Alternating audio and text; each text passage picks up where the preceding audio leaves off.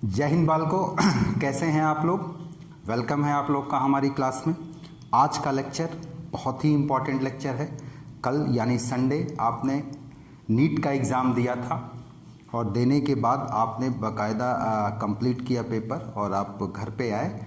Now अब paper हर जगह पे अवेलेबल है, तो आपने जो क्वेश्चंस बनाए हैं वहाँ पर वो आपने सही बनाए या गलत बनाए, उसको आपको हर सब्जेक्ट वाइज चेक करना पड़ेगा।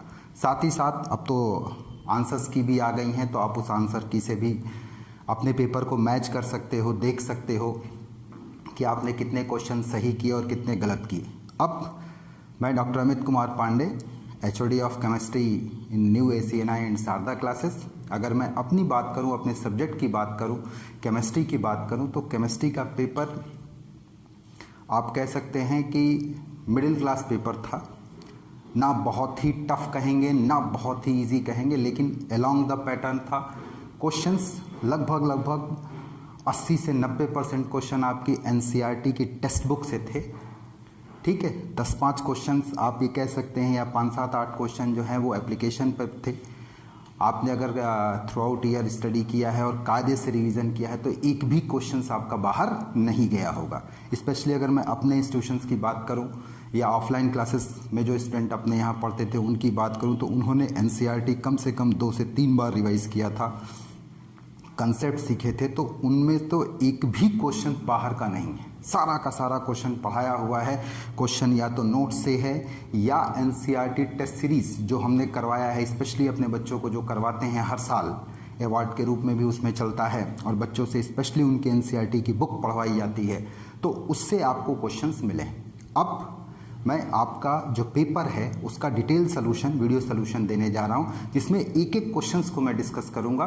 साथ ही साथ ये भी बताऊंगा कि NCERT के किस पन्ने से ये क्वेश्चंस उठाया गया है या किस पन्ने से ये क्वेश्चन लिया गया है। ठीक है जी, तो आप लोग तैयार हो गए तो आप अपने सोशल मीडिया अकाउंट को बंद कर लीजिए, पूरी तरीके से हमारे साथ कंसंट्रेट हो जाइए। आप 45 क्वेश्चंस का सलूशन तो देखेंगे ही देखेंगे, साथ ही साथ आप नए 45 क्वेश्चन सीखेंगे जो इस साल NTA नीट में क्या किया गया है, आपका पूछा गया है। चलिए लेट्स स्टार्ट। तो बालकों, आप लोग की स्क्रीन पर ये पहला नीट 2020 का क्वेश्चन हमने लिखा है कि identify compound X in the following sequence of reaction, जिसमें कि टॉलुइन का रिएक्शन क्लोरीन के साथ में इन प्रेजेंस ऑफ, आप कह सकते हैं सनलाइट, ठीक है, कराया गया है। बनता है कंपाउंड X और X की हाइड्रोलिसिस कराई गई है 373 केल्विन पर, करीब करीब 100 डिग्री सेंटीग्रेड पर, बनता है बेंजल्डिहाइड। 4 ऑप्शन आपसे पूछा है कि इसमें कौन सा ऑप्शन करेक्ट होगा X के लिए। इसमें X क्या है ये, तो पहला ऑप्शन दिया है बेंजल क्लोराइड, दूसरा दिया है आप कह सकते हैं फिनाइल ट्राइक्लोरोमीथेन, तीसरा क्लोरोबेंजीन, चौथा बेंजाइल क्लोराइड। तो आप ये सोच रहे होंगे कि ये एक क्वेश्चन है, जबकि ये क्वेश्चन नहीं है। आप 12th क्लास की NCERT, 12th NCERT second part या सेकेंड बुक, इसमें अगर आप एल्डिहाइड और कीटोन वाले चैप्टर में जाएं, एल्डिहाइड और कीटोन वाले चैप्टर में, तो वहाँ पर एरोमेटिक एल्डिहाइड के प्रिपरेशन में ये दिया गया है, बेंजल्डिहाइड के प्रिपरेशन में दिया गया। आप देख सकते हैं मेरे पास ये टेक्स्ट बुक है, इस टेक्स्ट बुक पर ऑलरेडी निशान लगा हुआ है और यहाँ पर लिखा हुआ है by side chain chlorination followed by hydrolysis. आप देखिए इसके आगे मैंने क्वेश्चंस भी लिखा हुआ है, ये मैंने अपनी टेस्ट सीरीज में यहाँ से क्वेश्चन पूछा था। और अब आप देख सकते हैं कि टॉलुइन लिया गया है, chlorine in presence of sunlight, benzyl chloride इसने बनाया है, यही कंपाउंड पूछा गया जिसे आप बेंजल क्लोराइड बोल रहे हैं, और फिर इसकी हाइड्रोलिसिस करा दी गई है तो बेंजल्डिहाइड बना हुआ है। आप इसको अपनी किताब में NCERT पेज नंबर देखिए, ये यहाँ पर NCERT का पेज नंबर है 355, इस पर इसको चेक कर सकते हैं। आंसर आपको ये मिलेगा बेंजल क्लोराइड। अब अगर आप इसका सलूशन देखें, इसके अगर मैं सॉल्यूशन वाले पार्ट पर बात करूं तो इसका जो सॉल्यूशन है बड़ा ही सिंपल सॉल्यूशन है भाई। Chlorine in presence of sunlight आपका होगा फ्री रेडिकल सब्स्टिट्यूशन रिएक्शन। क्यों? क्योंकि यहाँ पर ये बेंजाइलिक हाइड्रोजन है और यहाँ सनलाइट है, तो ये फ्री रेडिकल सब्स्टिट्यूशन देगा। और जब ये फ्री रेडिकल सब्स्टिट्यूशन देगा जिसमें कि 3 स्टेप होंगे, इनिशिएशन, प्रोपगेशन और टर्मिनेशन, लेकिन जो प्रोडक्ट बन करके आएगा यहाँ पर 1 मोल क्लोरीन पर बेंजाइल क्लोराइड, फिर 1 मोल क्लोरीन लगेगी, इसमें बनेगा बेंजल क्लोराइड। ये बेंजल क्लोराइड ऐसे। अब ये जो बेंजल क्लोराइड है इसकी हाइड्रोलिसिस कराई जाएगी। तो जब आप इसकी हाइड्रोलिसिस कराओगे तो ये बेंजाइलिक कार्बन है, बड़ा तेजी से हाइड्रोलाइज होता है, तो इसकी हाइड्रोलिसिस कराएंगे। किस मैकेनिज्म से जाएगा? ये SN1 से, और बनेगा CHOHCl। ये जो ऑक्सीजन है ये दोबारा अपना कार्बोनिल कैरेक्टर मेंटेन करेगी, तो यहाँ से Cl और यहाँ से हाइड्रोजन, बाहर आएगा HCl और बनेगा बेंजल्डिहाइड। तो ये फाइनली जो आपका टॉल्यूइन है ये डाइक्लोरोफिनाइल मीथेन में कन्वर्ट होगा, या आप कह सकते हैं बेंजल क्लोराइड में कन्वर्ट होगा, और बेंजल क्लोराइड हाइड्रोलिसिस पर क्या देगा? आपका बेंजल्डिहाइड देगा। सो कौन सा ऑप्शन करेक्ट है? फर्स्ट वाला। और ये चीज़ आप कहाँ जाके देख सकते हैं? 12th NCERT सेकेंड बुक में एल्डिहाइड और कीटोन वाले चैप्टर में किस पेज नंबर पर मिल जाएगा? 355 नंबर पर चलेगा। किस टॉपिक के नाम से मिलेगा मैं ये भी बता दूं, तो ये टॉपिक के नाम से मिलेगा by side chain chlorination followed by hydrolysis. चलेगा? चलिए दूसरे क्वेश्चन पर आते हैं। अगला क्वेश्चन जो आपकी स्क्रीन पर है ये है identify A molecule which does not exist. ऐसे क्वेश्चन आपने केमिकल बॉन्डिंग में खूब किए होंगे, बॉन्ड ऑर्डर वाले में, जिसमें आपने पढ़ा होगा कि अगर किसी केमिकल स्पीसीज का या डायटोमिक स्पीसीज का बॉन्ड ऑर्डर 0 या नेगेटिव में आ जाता है तो वो स्टैंड नहीं करती, वो नहीं पाई जाती है, नेचर में एग्जिस्ट नहीं करती। तो अब अगर आप बॉन्ड ऑर्डर निकालें तो बॉन्ड ऑर्डर था क्या?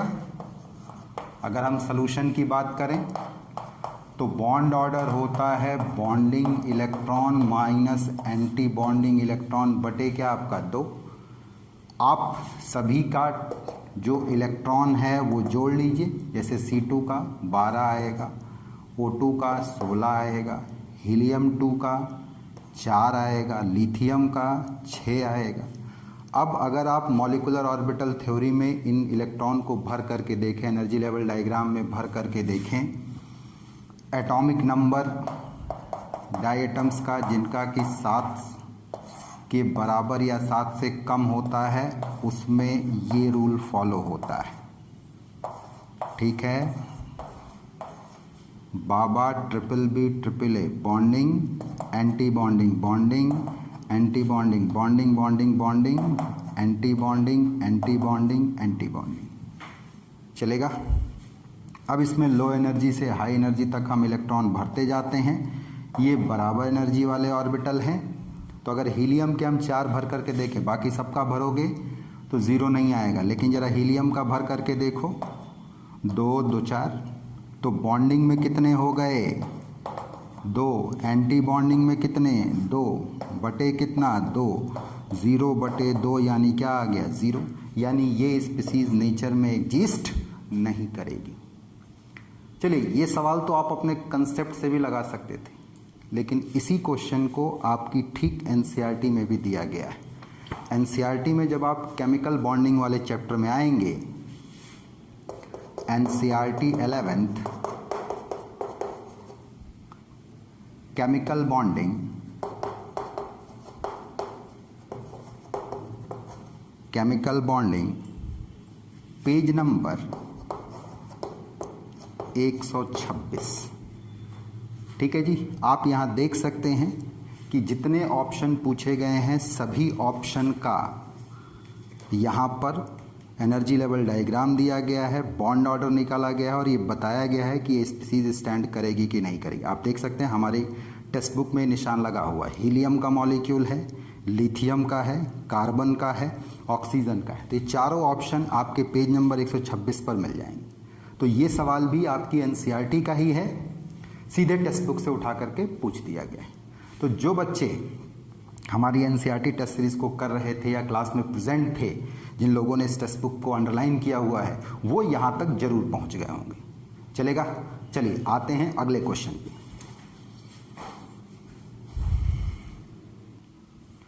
अब अगर हम लोग इस तीसरे क्वेश्चन में नजर डालें कि which of the following is a natural polymer, तो ये भी आपकी एनसीईआरटी से ही पूछा गया डाटाबेस क्वेश्चन है। पूछा है इसके ऑप्शन कौन कौन से हैं। पहला है पॉलीब्यूटाडाइन, पॉलीब्यूटाडाइन एक्रिलोनाइट्राइल या सिस 1,4 पॉलीआइसोप्रीन या पॉलीब्यूटाडाइन स्टाइरिन। तो अगर आपने थोड़ा सा भी किताब पढ़ा है तो पहले पॉलीमर का क्लासिफिकेशन किया गया है जिसमें कि नेचुरल पॉलीमर दिया है। नेचुरल पॉलीमर में उसने रबर को लिखा हुआ एग्जाम्पल के रूप में। इसी तरीके फिर ये आगे चल करके इसी रबर को लिखता है कि रबर का जो कॉमन नेम होता है, पॉलीमरिक नेम जो होता है, वो सिस 1,4 पॉलीआइसोप्रीन होता है। तो इसमें कुछ कंसेप्ट वगैरह की बात ही नहीं है, ये एनसीईआरटी की डाटा का क्वेश्चन है। आप देख सकते हैं जिस बात को मैंने कहा, सबसे पहले आप 12th क्लास की एनसीईआरटी पर आएंगे। सेकंड बुक जो है आपकी, इसमें टॉपिक का नाम है या चैप्टर का नाम है पॉलीमर, और इसमें जहाँ पर ये मिला है सबसे पहले classification based on source, classification based on source. इसमें ये नेचुरल पॉलीमर में एग्जाम्पल रबर का दिया है, पेज नंबर 426। और फिर यहाँ नेचुरल रबर को इसने फिर क्लियर किया है दूसरे टॉपिक में, जहाँ इसने रबर लिखा है और नेचुरल रबर को क्लियर किया है पेज नंबर 433 पर। आपको ये टॉपिक डिटेल में हमारे यूट्यूब चैनल पर भी मिल जाएंगे। पॉलीमर करके हमने पूरा एक चैप्टर एक्सप्लेन किया है जिसमें कि इन रबर के बारे में भी बताया है और साथ ही पूरी बात हुई है। तो आप देख सकते हैं ये क्वेश्चन भी डाटाबेस था, एनसीईआरटी की सीधे बुक से था। हमारे बच्चों ने चूँकि कई बार इस चैप्टर को रिवाइज किया है, पेपर दिया है, तो वो इसको ज़रूर बनाएंगे। चलिए आते हैं अगले सवाल पे। अब अगर हम इस चौथे क्वेश्चन की बात करें, आपके नीट केमिस्ट्री 2020 में जो आया हुआ है, ये भी आपका एनसीईआरटी से ही है, लेकिन ये एनसीईआरटी से समझने वाला क्वेश्चन है, एनालिटिकल क्वेश्चन है। क्वेश्चन ये है कि an increase in the concentration of the reactant of a reaction leads to change इन।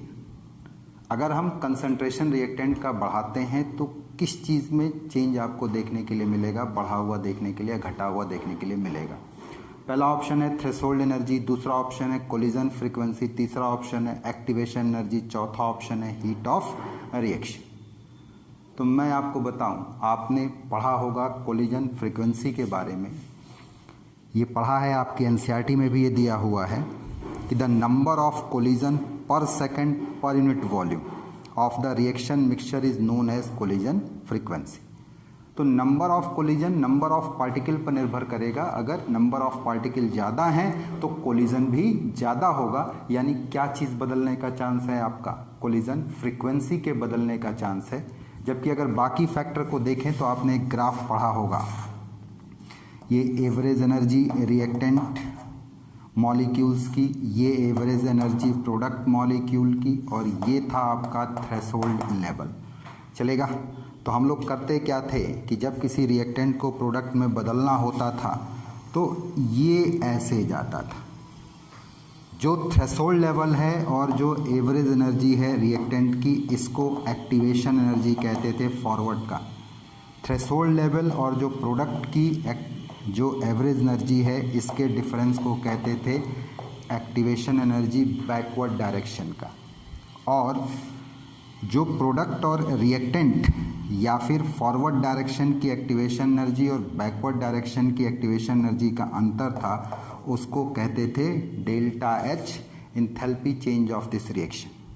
तो आप देख रहे हैं कि ये एवरेज एनर्जी ये भी मोल में डिफाइंड है, ये भी डिफाइंड है, ठीक है, ये भी डिफाइंड है। तो ये तो बदलने से रहे तीनों, और अगर ये नहीं बदलेंगे तो थ्रेशोल्ड का कंसेप्ट ख़त्म है, आपका एक्टिवेशन एनर्जी का कंसेप्ट ख़त्म है, हीट ऑफ रिएक्शन का कंसेप्ट ख़त्म है। तो बच फिर क्या जा रहा है, आपका कोलिजन फ्रीक्वेंसी बच जा रही है। तो एक बात ध्यान रखिएगा कि अगर आप कंसंट्रेशन में चेंज करेंगे तो इन ऑप्शन में सबसे पहला चेंज किस में दिखाई पड़ेगा, कोलिजन फ्रीक्वेंसी में दिखाई पड़ेगा। और ये भी सवाल आपका एनसीईआरटी से, 12th NCERT part 1 chapter chemical kinetics. और अगर आप पेज नंबर की बात करेंगे तो किस पेज नंबर पे दिख जाएगा ये, इसका जो डाटा है वो 115 पे दिख जाएगा, और इसके एप्लीकेशन वाले पार्ट से ये सवाल पूछा गया है। चलेगा, चलिए अब हम लोग अगले क्वेश्चंस पर आते हैं। अब अगर आप 5वें क्वेश्चन को देखिए तो इसमें लिखा हुआ है कि anisole on cleavage with HI gives. तो मैं आपको बता दूं ये कोई क्वेश्चन नहीं है बल्कि एनसीईआरटी की एक रिएक्शन है जिसे क्वेश्चन की शक्ल में पूछ लिया गया है। जिन बच्चों को एनिसॉल का फॉर्मूला आता होगा उनके लिए तो सीधा ये आंसर है, और जिनको नहीं आता होगा वो बानर बन के घूमें। अब अगर हम एनिसॉल की बात करें तो मिथाइल फिनाइल ईथर को हम लोग एनिसॉल कहते हैं। जब आप HI के साथ रिएक्शन कराएंगे तो यहाँ पर HI स्ट्रॉन्ग एसिड है, आयोनाइजेशन पर H+ और I- देगा, और ये इलेक्ट्रोफाइल इस न्यूक्लियोफिलिक सेंटर पर अटैक करके हाइड्रोनियम आयन बनाएगा कुछ इस तरीके से। ये अब अगले स्टेप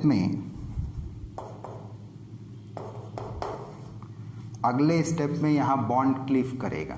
तो कौन सा बॉन्ड क्लीव करेगा, ऑक्सीजन मेथिल या ऑक्सीजन और बेंजीन रिंग का कार्बन। तो ये बॉन्ड इसलिए नहीं करेगा क्योंकि यहाँ ऑक्सीजन है और यहाँ क्या है आपका partial double bond character, partial double bond character. तो इसलिए टूटेगा ये बॉन्ड, और जब ये बॉन्ड टूटेगा तो ऐसी स्थिति में ये फिनॉल यहाँ अलग हो जाएगा और साथ में मेथिल आयोडाइड के साथ मिल करके CH3I बनाएगा। एक लड़के ने कहा कि सर ये फिनॉल है, अभी भी HI मौजूद है, फर्दर रिएक्ट कर जाए।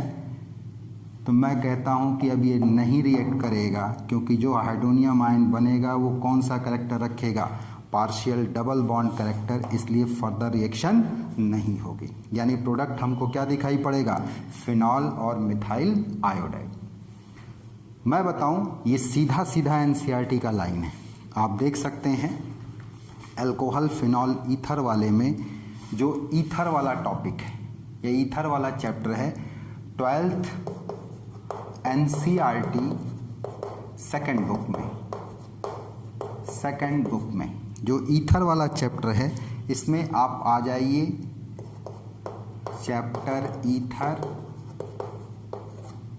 और इसमें आप आएंगे सीधे एनसीईआरटी पेज नंबर 340 पर, एनसीईआरटी पेज नंबर 340 पर बाकायदा ये लिखा हुआ है, आप देख सकते हैं, हमने निशान भी लगवाया हुआ है। In case of anisole methyl phenyl oxonium ion, ये oxynium ion is formed by protonation of ether. The bond between oxygen methyl is weaker than the bond between oxygen phenyl because the carbon of phenyl group is sp2 hybridized and there is a partial double bond character. Therefore, the attack of iodide ion break OCH3 bond to form methyl iodide. Phenol do not react further to give halide because the sp2 hybridized carbon of phenol cannot undergo nucleophilic substitution reaction needed for conversion of the halide. यानी ये reaction अब आगे नहीं बढ़ेगी, यही हमारा main product होगा जो ऑप्शन में तीसरे नंबर पे दिखाई पड़ रहा है। कर लोगे भाई? बोलो, अगले क्वेश्चन पर आते हैं। अब जो छठा क्वेश्चन है वो एक्चुअल में आप कह सकते हैं कि जो पढ़ने वाले स्टूडेंट हैं नीट के लिए या जो पढ़ाने वाले टीचर हैं उन दोनों के लिए बेइज्जती करने वाला ही है। इतना बिलो स्टैंडर्ड क्वेश्चन हम लोग क्लास में मजाक के रूप में बोलते हैं कि बताओ इलेक्ट्रॉन प्रोटॉन न्यूट्रॉन कितना होगा, गधा कहीं का, तुमको कुछ नहीं आता जाता है।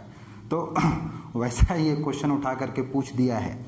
ये भी एनसीईआरटी का ही क्वेश्चन है जिसकी नकल मारी गई। फिलहाल अगर इसके सोल्यूशन की बात करें तो ये एलिमेंट लिया गया है, ये इसका एटॉमिक नंबर है, ये इसका मास नंबर है। आप जानते हैं कि जो एटॉमिक नंबर होता है न्यूट्रल एटम में वो प्रोटॉन और इलेक्ट्रॉन की संख्या होती। बस एक चीज़ यहाँ ध्यान रखिएगा कि ऑप्शन में रिस्पेक्टिवली शब्द बोला गया है, यानी वो इस सीक्वेंस को फॉलो करना चाहता है। सबसे पहले प्रोटॉन, फिर न्यूट्रॉन, फिर इलेक्ट्रॉन। तो कितने प्रोटॉन? 71। कितने इलेक्ट्रॉन? 71। और न्यूट्रॉन जो होता है वो mass number minus atomic number या प्रोटॉन का नंबर कर दो। तो 175 में से 71 घटाओगे तो कितना आएगा? 104। तो अब प्रोटॉन हमारे 71 होने चाहिए, न्यूट्रॉन हमारे 104 होने चाहिए, इलेक्ट्रॉन हमारा 71 होना चाहिए, यानी कि कौन सा ऑप्शन? तीसरा। तो ये क्वेश्चन है कहाँ से लल्ला? ये भी एनसीईआरटी से ही उठाया गया है।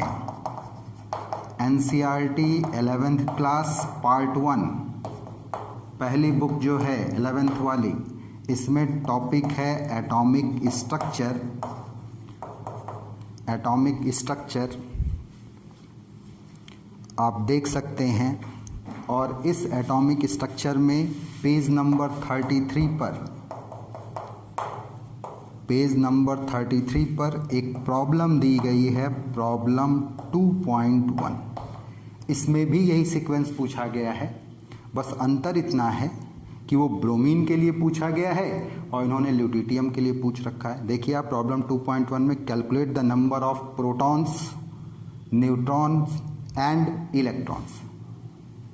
पकड़ रहे हैं बात को? तो इसी क्वेश्चन को डुप्लीकेट किया गया है, बस अंतर इतना है कि वहाँ ब्रोमीन था, यहाँ ल्यूटिटियम है। तो कर लिया होगा आप लोगों ने। ऐसे तो कई बार इन क्वेश्चंस को हम लोग नेग्लेक्ट भी करते हुए चलते हैं। कंसेप्चुअल क्वेश्चन होता है, बेसिक है, 9th क्लास 10th क्लास से ही बेस बना हुआ है इसका। चलिए अगले क्वेश्चन पर आते हैं। अब अगर आप स्क्रीन पर ये 7वां क्वेश्चन देखें जो कि पूछता है कि calculated spin only magnetic moment of chromium +2 ion is. तो स्पिन ऑनली मैग्नेटिक मोमेंट अगर आपको निकालना है या मैग्नेटिक मोमेंट निकालना है तो आपको ये फॉर्मूला आना चाहिए, μ=√n(n+2), जिसमें n जो है वो नंबर ऑफ अनपेयर्ड इलेक्ट्रॉन की बात करता है। अब अगर हम क्रोमियम एटम को देखें तो इसका एटॉमिक नंबर 24 होता है और इसका अगर इलेक्ट्रॉनिक कॉन्फ़िगरेशन देखेंगे तो 1s2 2s2 2p6 3s2 3p6 4s1 3d5। यहाँ से यहाँ तक का ये इनर्ट गैस का कॉन्फ़िगरेशन है, आर्गन का है 8 8 16 2 18 ये, और फिर बचा 4s1 3d5। अब क्रोमियम को डाइवेलेंट कैटायन में बदला गया तो 2 इलेक्ट्रॉन आप निकालेंगे और इलेक्ट्रॉन निकालने का रूल होता है सबसे पहले बाहर वाली सेल से, और जब बाहर वाली सेल में ख़त्म हो जाए तो अंदर वाली सेल में। अंदर वाली सेल से निकालने का रूल होता है कि सबसे बाहर वाली सब सेल, फिर उसके अंदर, फिर सबसे अंदर। तो चूंकि 2 ही इलेक्ट्रॉन निकालना है तो सबसे बाहर 4s सेल है तो एक यहाँ से गया, उसके बाद तीसरी सेल है उसमें d सब सेल सबसे बाहर है तो एक इलेक्ट्रॉन यहाँ से गया, यानी कि कॉन्फ़िगरेशन बचेगा अब आर्गन का कॉमन होने के बाद 4s0 3d4।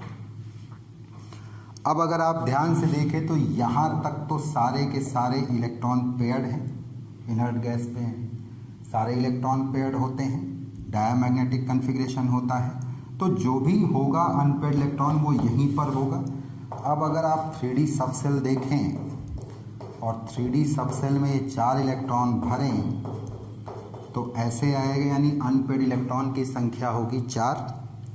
जब ये संख्या 4 होगी तो म्यू का वैल्यू अगर हम निकालेंगे तो √4, 4 + 2, तो 4 2 6, म्यू √24। और 24 का अगर स्क्वायर रूट निकालें, अगर ये 25 होता तो 5, तो 24 है तो 5 से जरा सा कम, और 5 से जरा सा कम कौन सा दिख रहा है? 4.90। पर मैं आपको बताऊं कि ये सवाल भी आपकी एनसीईआरटी की टेक्स्ट बुक से है। आप 12th क्लास की एनसीईआरटी देखें, पार्ट 1, इसमें टॉपिक या चैप्टर है आपका डी एंड एफ ब्लॉक, और इस डी एंड एफ ब्लॉक वाले में, डी एंड एफ ब्लॉक वाले चैप्टर में आप आइए पेज नंबर 221। इसमें एक टेबल दिया हुआ है 8.7। इस टेबल में calculated and observe magnetic moment दिया है डिफरेंट आयंस का। इसमें अगर आप ध्यान से देखिए तो क्रोमियम +2 आयन भी दिया हुआ है। कन्फिग्रेशन इसका 3D4 दिया है, अनपेड इलेक्ट्रॉन 4 दिया है, कैलकुलेटेड वैल्यू 4.9 है और ऑब्जर्व वैल्यू 4.80 है, यानी ये भी सवाल आपकी एनसीईआरटी से ही पूछा गया है। चलेगा? अगर हमारे बच्चे क्लास में हैं, उन्होंने क्लास किया है बच्चों ने, तो वो तो ऐसे क्वेश्चन को उड़ा करके मारेंगे, बिल्कुल कोई दिक्कत नहीं है उनको। ऐसे क्वेश्चन कई बार उन्होंने सॉल्व किए हैं, कई जगहों पे सॉल्व किए हैं, टेस्ट पेपर में सॉल्व किया है, डीपीपी में सॉल्व किया है, अपनी बुकलेट में सॉल्व किया है, कई जगह पे किया है। चलिए अगले क्वेश्चन पर आते हैं। अब अगर आप इस 8वें क्वेश्चन को देखें तो ये देखने में जरूर आपको बड़ा लग रहा है, लेकिन ये एनसीईआरटी का डाटा है, लाइन है। क्वेश्चन ये है कि मैच द फॉलोइंग, और जो मैच करने के लिए है वो एक तरफ ऑक्साइड्स और दूसरी तरफ उसके नेचर को आपको मैच करना है। ऑक्साइड वाले ABCD से और नेचर वाले 1 2 3 4 से दिया गया। Carbon monoxide, barium oxide, aluminium oxide, Cl2O7, इन चारों को मैच करना है। तो आप तो देख ही रहे हो, बेरियम मेटल का ऑक्साइड है, एल्कलाइन अर्थ मेटल का ऑक्साइड है। तो एल्कली अल्कलाइन अर्थ मेटल के ऑक्साइड कैसे होते हैं? आपके बेसिक होते हैं। एल्युमिनियम ऑक्साइड कैसा है आपका? एम्फोट्रिक है। Cl2O7 नॉन मेटल के ऑक्साइड अपनी हायर ऑक्सीडेशन स्टेट में कैसे होते हैं? एसिडिक होते हैं। कार्बन मोनोऑक्साइड कैसा है आपका? न्यूट्रल ऑक्साइड है। तो ये अलग अलग जगहों से नहीं, ये आपका एनसीईआरटी में एक चैप्टर है classification of element and periodic property, उसके पैराग्राफ से ये उठाया गया और बाकायदा यही डाटा वहाँ पे रखा गया, आप देख सकते हैं। अगर आप आएँ chemistry NCERT chemistry 11th class part 1 में, ठीक है जी, पार्ट 1 में चैप्टर है आपका classification of element and periodicity in properties, और पेज नंबर पे अगर आप आएंगे तो ये पेज नंबर 91 पर आपको ये सीधे सीधे मिल जाएगा। आप चाहें तो यहाँ पर पढ़ भी सकते हैं इस चीज़ को। ये the normal oxide formed by the element on extreme left is the most basic.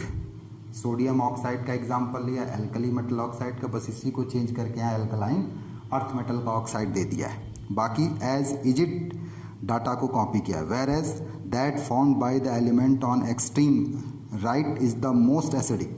Example में लिया है Cl2O7। Oxides of element in the center are amphoteric. आप देख सकते हैं Al2O3 का एग्जाम्पल लिया है। न्यूट्रल में इसने कार्बन मोनोऑक्साइड, नाइट्रिक ऑक्साइड और नाइट्रस ऑक्साइड का एग्जाम्पल लिया। तो ये टोटल डाटा यहाँ से उठाया गया है पेज नंबर 91 पर, आप इसको देख सकते हैं। तो अब अगर हम यहाँ पर देखें तो ए के लिए कौन सा सही होना चाहिए? सेकंड, ये मिला। बी के लिए कौन सा सही होना चाहिए, फर्स्ट, ये मिला। सी के लिए कौन सा सही होना चाहिए, फोर्थ, ये मिला। और डी के लिए कौन सा सही होना चाहिए, थर्ड, यानी कौन सा ऑप्शन सही है, फोर्थ ऑप्शन। कर लेंगे। आते हैं अगले क्वेश्चन पर। ये क्वेश्चन जो आपकी स्क्रीन पर है, नवा क्वेश्चन, ये भी आपको देखने में बहुत बड़ा क्वेश्चन लग रहा होगा, लेकिन ये सीधे डाटा है एनसीईआरटी का। क्लासरूम में आपको रिवाइज भी कराया गया है। जो पी ब्लॉक में नाइट्रोजन फैमिली है उससे ये सीधे सीधे पूछा गया है। क्वेश्चन है, urea react with water to form A which will decompose to form B, जो टूट करके बी बनाता है। B when passed through cupric solution, cupric ion solution, deep blue colour solution C is form. तो कहता है कि what is the formula of C formed by the following. तो मैं आपको बताऊं, जब आप यूरिया लेंगे NH2CO NH2 और इसको आप वाटर में डिप करेंगे तो सबसे पहले ये चेंज होता है अमोनियम कार्बोनेट में, ये चलेगा। और ये अमोनियम कार्बोनेट जो होता है जब डिकम्पोज होता है तो ये देता है अमोनिया और साथ में कौन सी गैस, CO2 गैस, चलेगा। ये जो अमोनिया गैस निकलती है ये हाइड्रेटेड या एक्वस क्यूप्रिक आयन सॉल्यूशन में कॉम्प्लेक्स का फॉर्मेशन करती है tetra ammonium cupric second ion या कॉपर सेकेंड आयन। और इसी का कलर कैसा होता है, डीप ब्लू कलर होता है। तो मैं आपको बताऊं कि ये जो क्वेश्चन है, ये क्वेश्चन आपको सीधे सीधे एनसीईआरटी में मिल जाएगा। अब आप देखिए कहाँ मिलेगा एनसीईआरटी में। ये आप देख सकते हैं 12th क्लास की एनसीईआरटी,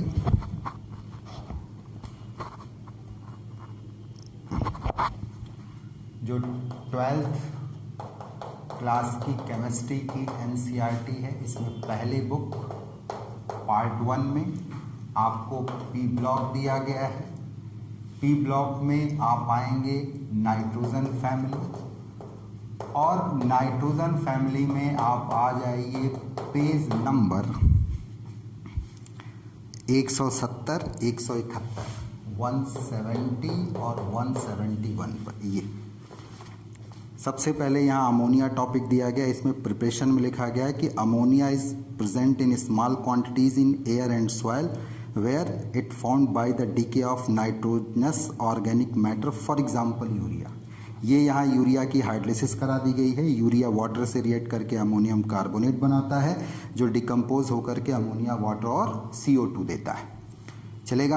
अमोनिया वाटर और क्या बनता है आपका, CO2 बनता है। ये अब इसी के बाद जब यहाँ से आपकी अमोनिया बन गई तो फिर ये यहाँ पर अमोनिया के टेस्ट को लेकर के एक रिएक्शन लिखा हुआ है, the presence of a lone pair of electron on the nitrogen atom of the ammonia molecule make it a Lewis base, इसको लुईस बेस बनाता है।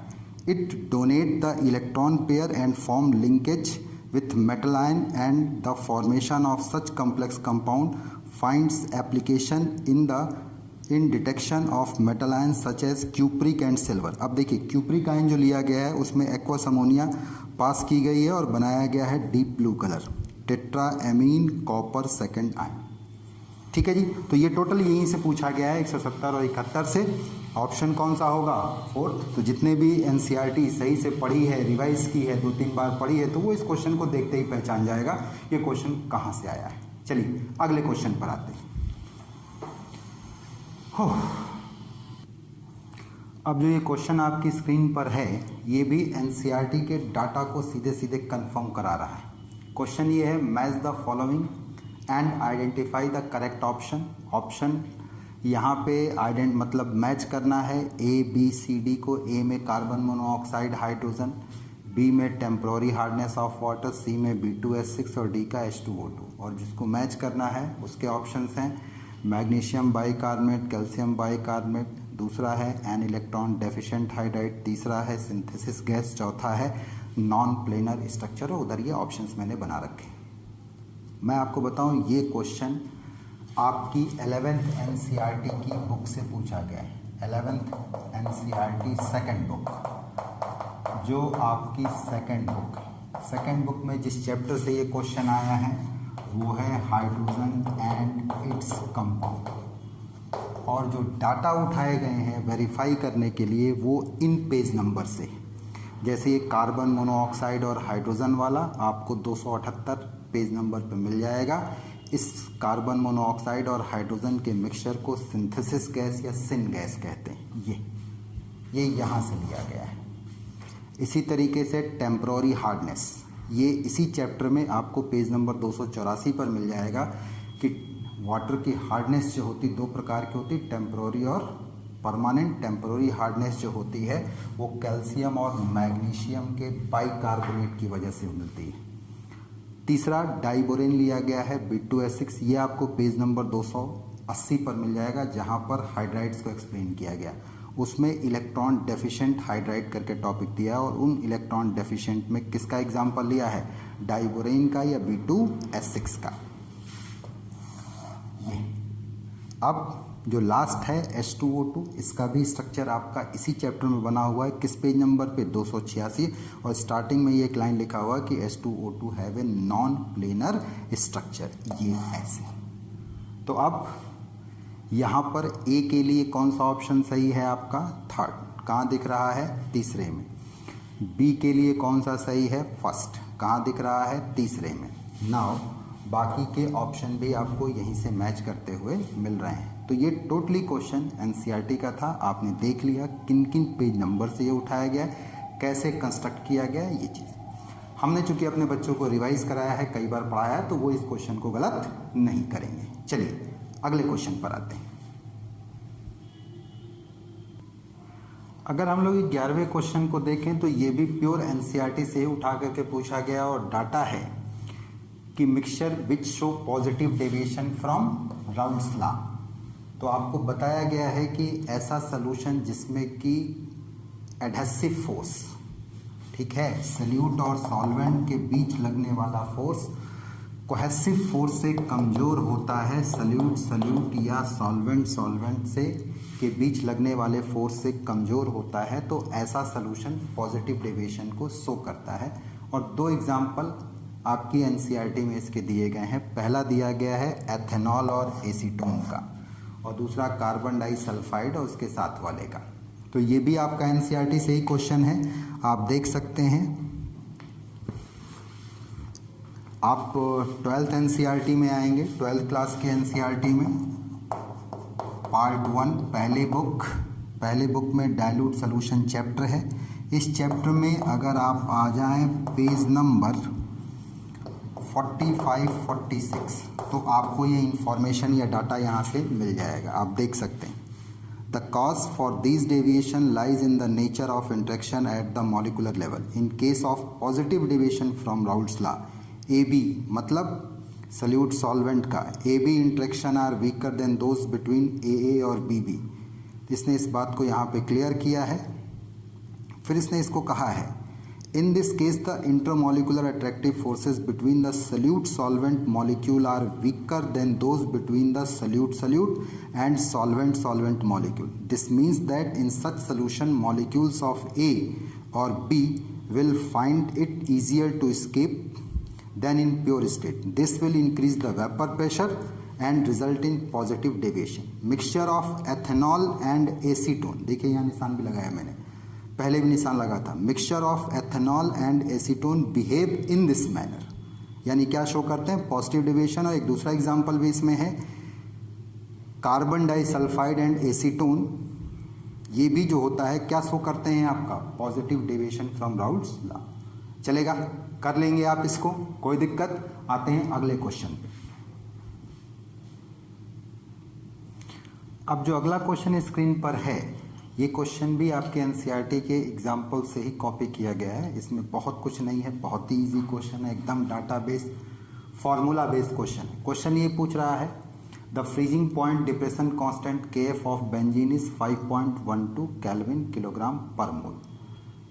The freezing point depression for the solution of molarity 0.078 molal containing a non electrolyte solute in benzene.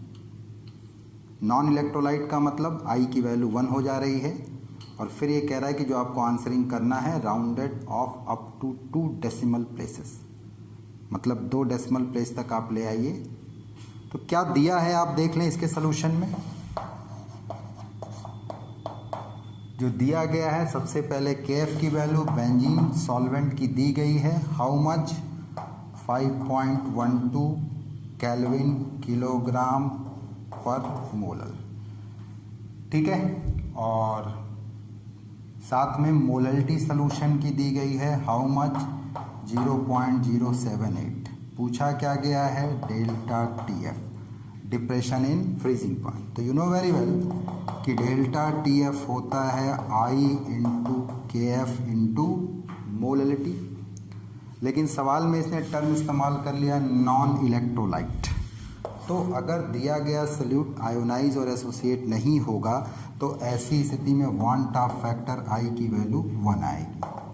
1 रख दीजिए, KF की value कितना रख दीजिए 5.12 रख दीजिए, मोललिटी कितना रख दीजिए 0.078 रख दीजिए, चलेगा। तो जब आप इसे मल्टीप्लाई करेंगे तो ये करीब करीब किसके पास पहुंचेगा, 0.40 केल्विन के पास पहुंचेगा। बोलो भाई, तो क्या नहीं कर सकते। हाँ, अब सवाल आता है कि ये NCERT में कहाँ से पूछा गया है। तो ये NCERT 12th क्लास के NCERT में जो बुक 1 है उसमें डाइल्यूट सॉल्यूशन वाले चैप्टर में पेज नंबर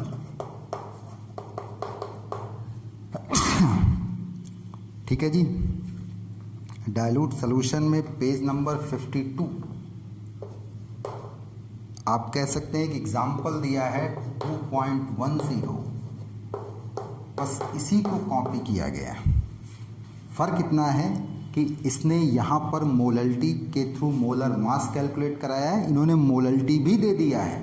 सवाल को इजी बनाने के चक्कर में मोललिटी भी दे दिया है, डाटा भी दे दिया, बस केवल ये कैलकुलेशन पूछ ली, बाकी सीधे इसी को कॉपी कर लिया।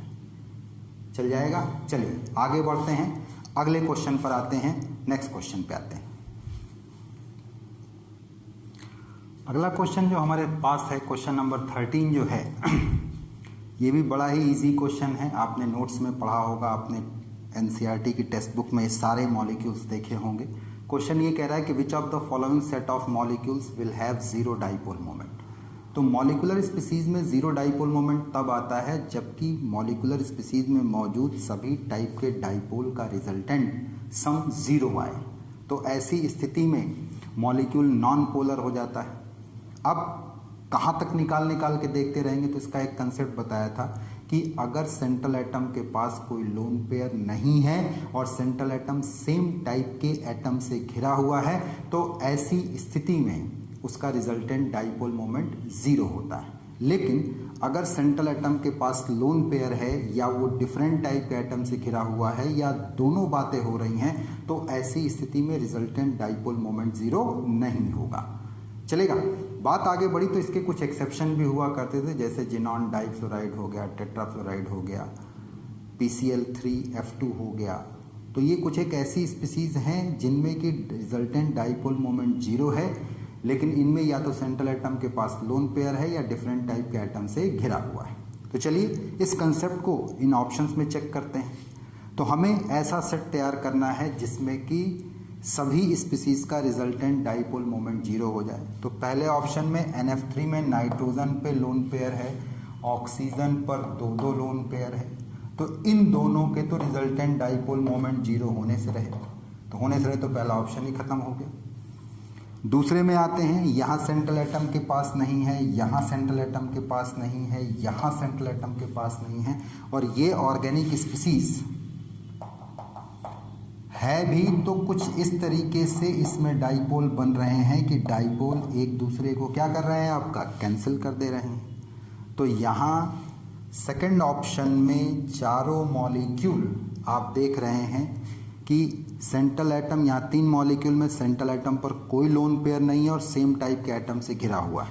इसको स्ट्रक्चर वाइज भी आप देख सकते हैं, boron trifluoride, sp2 hybridise trigonal planar set, beryllium difluoride या beryllium fluoride linear shape sp hybridise. Carbon dioxide ये भी लीनियर शेप sp हाइब्रिडाइज।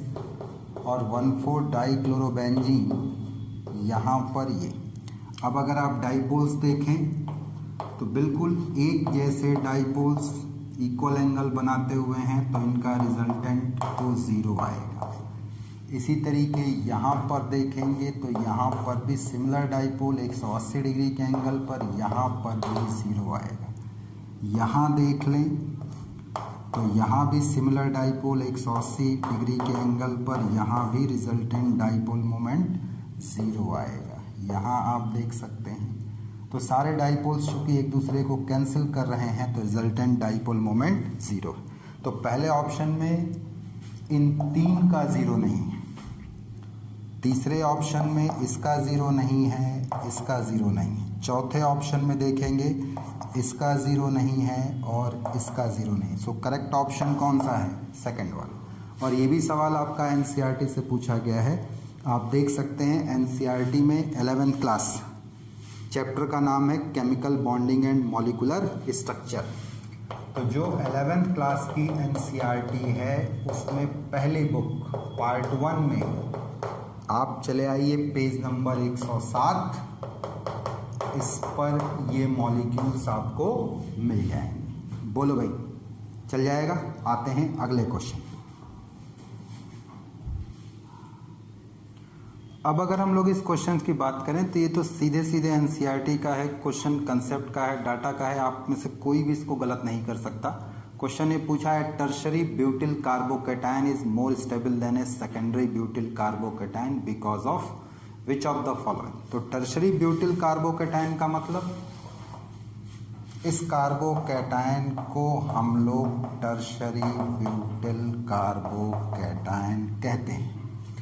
और सेकेंडरी ब्यूटिल कार्बोकैटायन का मतलब हम इस कार्बोकैटायन को सेकेंडरी ब्यूटाइल कार्बोकैटायन कहते हैं। अब ये ज़्यादा स्टेबल है, ये कम स्टेबल है, इसका रीज़न तो ये जो आर इफेक्ट लिखा हुआ है मेथिल ग्रुप का, तो मेथिल ग्रुप रेजोनेंस इफेक्ट नहीं लगाता है, लगाता भी है तो इंडक्टिव और हाइपर कॉन्जुगेशन। क्लियर है हमारी बात? अब यहाँ पर आप देखें तो यहाँ 3 मेथिल ग्रुप हैं और आपके एनसीईआरटी में लाइन लिखा हुआ है कैटायनिक सेंटर से जितने ज़्यादा एल्किल ग्रुप जुड़े होते हैं उसकी स्टेबिलिटी उतनी ज़्यादा होती है क्योंकि उसका हाइपर कॉन्जुगेटिव इंट्रैक्शन उतना ज़्यादा है। यहाँ पर 3 एल्किल ग्रुप हैं, साथ ही साथ यहाँ पर देखेंगे तो 2 एल्किल ग्रुप हैं। हाँ, number of hyper conjugative structure number of alpha hydrogen से दिखाई पड़ेगा। यहाँ कितनी अल्फा हाइड्रोजन है? 9। यहाँ कितनी अल्फा हाइड्रोजन है? 5। तो निश्चित तौर पर यहाँ हाइपर कॉन्जुगेटिव स्ट्रक्चर कम बनेंगे, इसमें ज़्यादा बनेंगे, यानी इसमें हाइपर कॉन्जुगेटिव स्ट्रक्चर जो इंट्रैक्शन होगा वो ज़्यादा होगा, जबकि उसमें क्या होगा आपका कम होगा। इसलिए जो करेक्ट रीज़न है वो है हाइपर कॉन्जुगेशन। और ये भी सवाल एनसीईआरटी में पूछा गया है, आप देख सकते हैं 11th क्लास की सेकंड बुक एनसीईआरटी की केमिस्ट्री की 11th एनसीईआरटी सेकंड बुक की मैं बात कर रहा हूँ। तो सेकंड बुक में जो टॉपिक है सबसे पहला ऑर्गेनिक वाला topic some basic principle and techniques of organic chemistry. इस चैप्टर में जब आप आएंगे पेज नंबर किस पर? पेज नंबर 347 पर ये, तो वहाँ पर एक ऑर्डर मिला है टर्शरी ब्यूटिल कार्बोकैटायन, फिर सेकेंडरी प्रोपिल कार्बोकैटायन, फिर एथिल, फिर मेथिल, ये ऑर्डर मिला है। और यहाँ एक लाइन लिखी हुई है कि in general greater the number of alkyl group attach to a positively charge carbon atom greater is the hyperconjugation interaction and stabilization of the cation. So tertiary is more stable than क्या आपका secondary. तो ये तो सीधा NCERT का सवाल हो गया। चलिए आते हैं अगले क्वेश्चन पे। चलिए भाई इस क्वेश्चंस पर आते हैं। ये 15वां question, find out the solubility of nickel hydroxide in 0.1 molar NaOH given that the ionic product of nickel hydroxide is इतना। तो मैं बाल को बताऊं, ये सीधे सीधे एनसीईआरटी के एग्जाम्पल को उठा लिया गया है बिना किसी छेड़छाड़ के। अभी मैं आपको पेज नंबर और एग्जाम्पल का नंबर दोनों ही बता दूंगा। आयनिक इक्विलिब्रियम में सॉलिबिलिटी प्रोडक्ट से एक क्वेश्चन फिक्स होता है। इस बार इन्होंने ये सीधे एग्जाम्पल ही उठा करके पूछ लिया। ये आप कह सकते हैं कि सॉलिबिलिटी है किसी स्पीसीज की इन प्रेजेंस ऑफ क्या चीज़, आपका कॉमन आयन। इस टॉपिक को इन्होंने टच किया है। अब अगर हमको निकल हाइड्रोक्साइड की सॉलिबिलिटी निकालनी है तो निकल हाइड्रोक्साइड वाटर में जाकर के निकल +2 आयन और 2 OH माइनस आयन देगा, चलेगा। अब अगर हम इसकी सॉलिबिलिटी की बात करें तो पहले सॉलिबिलिटी अगर इसकी S थी इन वाटर, तो अब इसकी सॉलिबिलिटी को हम लोग S' मानेंगे। क्या मानेंगे? S' इसकी सॉलिबिलिटी को मानेंगे। तो अब पहले ये 0 0 कुछ घटेगा तो 1 माइनस S' या जो भी इसमें से आपका घट करके आएगा, लेकिन फाइनली जो ये बचेगा निकल आयन, इसकी सॉलिबिलिटी अगर S' है तो यहाँ पर ये हो जाएगा 2S'। पर ध्यान देने वाली बात यहाँ पर है कि ये हाइड्रोक्सिल आयन जो है किसी कॉमन आयन के साथ यहाँ लिया गया है, बिना कॉमन आयन के नहीं है। तो कॉमन आयन अगर आप NaOH लेके चल रहे हैं तो ये आयोनाइजेशन पर सोडियम आयन और क्या दे रहा है, आपका हाइड्रोक्साइड आयन दे रहा। तो इसका अगर कंसंट्रेशन 0.1 मोलर लिया गया है और ये स्ट्रॉन्ग इलेक्ट्रोलाइट है तो आयोनाइजेशन पर भी ये 0.1 और 0.1 देगा। तो नेट OH आयन कंसंट्रेशन अब सोल्यूशन में 2S' ना होकर के बल्कि 2S + 0.1 होगा, चलेगा। अब अगर आप इसका सॉलिबिलिटी प्रोडक्ट लिखोगे, ठीक है, या इसका आयनिक प्रोडक्ट आप अगर इसका लिखोगे ये, तो आयनिक प्रोडक्ट निकल हाइड्रोक्साइड का वो चेंज नहीं होगा, सॉलिबिलिटी भले चेंज हो जाए। तो यहाँ पर निकल करके आएगा निकल आयन का कंसंट्रेशन इनटू हाइड्रोक्साइड आयन के कंसंट्रेशन का स्क्वायर। तो अब हम यहाँ पर लिखेंगे 2 × 10⁻⁻15 S' और यहाँ पर लिखेंगे 2S' + 0.1 का स्क्वायर।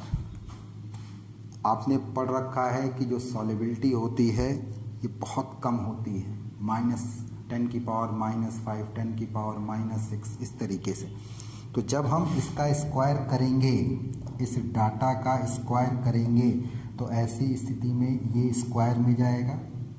एक डाटा इसका S' के साथ में आएगा। अरे भाई A + B का स्क्वायर अगर लिखा जाए तो यहाँ पर A का स्क्वायर + B का स्क्वायर + 2AB।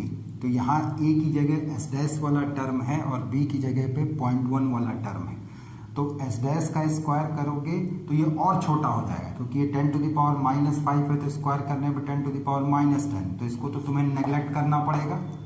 इसी तरीके से ये 10⁻⁻10 या 7 8, तो इसको भी नेगलेक्ट करना पड़ेगा। तो बचेगा केवल ये वाला टर्म, यानी 0.1 का स्क्वायर।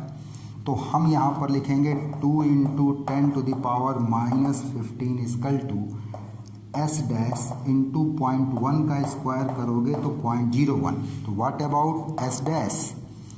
2 × 10⁻⁻15/0.01। तो ये डेसिमल अगर आप हटा दो तो × 100 हो गया। तो S' की वैल्यू जो आएगी 2 × 10⁻⁻13 होगा, चलेगा। तो अब निकल हाइड्रोक्साइड की 0.1 मोलर एक्वस NaOH सोल्यूशन में जो सॉलिबिलिटी निकल करके आएगी वो 2 × 10⁻⁻13 आएगी। क्यों? क्योंकि कॉमन आयन की प्रेजेंस में कंपाउंड या इलेक्ट्रोलाइट की सॉलिबिलिटी घट जाती। तो देखिए, चलेगा। अब आप देख सकते हैं क्वेश्चन कहाँ से आया है। अगला मुद्दा हमारा, तो ये क्वेश्चन आपकी पहली NCERT बुक जो है 11th क्लास की, उसमें चैप्टर है इक्विलिब्रियम, और इक्विलिब्रियम में आप आएंगे पेज नंबर 222 पे। पेज नंबर 222 पर एग्जाम्पल या प्रॉब्लम करके दिया हुआ है। यही क्वेश्चन प्रॉब्लम 7.28 सिमिलर क्वेश्चन है, बस ये है कि इसके ऑप्शन क्रिएट कर दिए गए। ठीक है, कर लेंगे। उम्मीद करता हूँ कि आप इस सॉल्यूशंस को एंजॉय कर रहे होंगे। साथ ही साथ आप ये देख रहे होंगे कि एनसीईआरटी में कहाँ से क्वेश्चन उठाया गया है। हमारे ऑफलाइन क्लास के बच्चे, चूँकि इन लोगों ने इन सभी क्वेश्चंस को कई बार बनाया है, कई बार किया है, इसलिए इनके 100% चांसेस हैं इन क्वेश्चंस को क्या करने के, आपका सही करने के। ठीक है, तो आप भी इंजॉय करिए हमारे जो लेक्चर है, इसको शेयर करिए, सब्सक्राइब करिए अगर नए हैं तो, साथ साथ अपने फ्रेंड्स लोगों को भी बताइए। और अगर कोई प्रॉब्लम है, कोई चीज़ नहीं पकड़ में आ रही है, तो जिस भी माध्यम से आप हमसे जुड़े हुए हैं उससे आप हमसे क्वेश्चनिंग कर सकते हैं, पूछ सकते हैं। ठीक है, तो इस लेक्चर में हमने 15 क्वेश्चन रखा है। अगले लेक्चर में फिर आपके केमिस्ट्री नीट 2020 के अगले 15 क्वेश्चन आ रहे हैं। ठीक है जी, तो आप इंजॉय करते रहिए। Have a good day, nice day, thank you.